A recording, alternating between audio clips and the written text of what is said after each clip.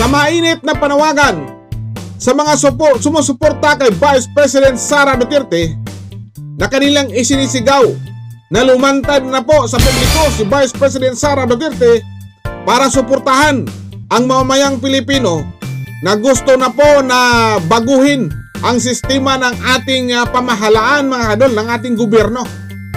So ngayon yun ang panawagan ng mga grupo kung saan ay isisigaw nila na dapat nang lumantad sa publiko at magpahayag siya at mapakita sa kanyang sentimento sa mga nangyayari sa ating gobyerno ngayon, mga kaidol. So sa mainit na issue na ito, mga kaidol, na talaga ngayon ay pinagpistahan po to sa social media, ang sagot ni Vice President Sara Duterte ay maikli lamang. So ayon kay Vice President Sara, wala siyang balak na agawin ang posisyon ni President Bongbong Marcos at hayaan niya hanggang sa dulo na may pakita niya ang kaniyang ginagawang kahihiya sa ating bansa. So marami sa ating mga kababayan ngayon, mga kadol, na gusto nang wakasan ang pamamahala ni President Bongbong Marcos.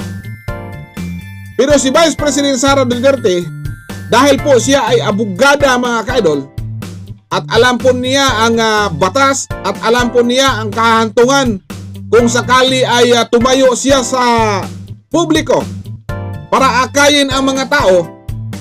Kaya, mga kaidol, nagpalabas po siya ng kaniyang strong statement, mga kaidol, na wala siyang balak na agawin ang posisyon ni President Bongbong Marcos.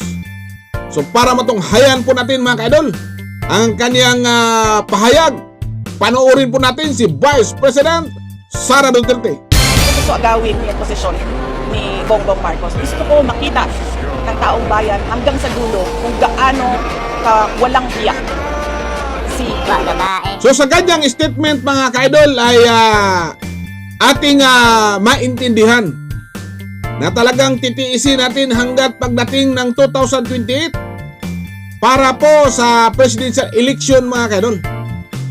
So sambayan ng Pilipino, kapit bisig lang po tayo na labanan ang sitwasyon natin sa ating gobyerno ngayon.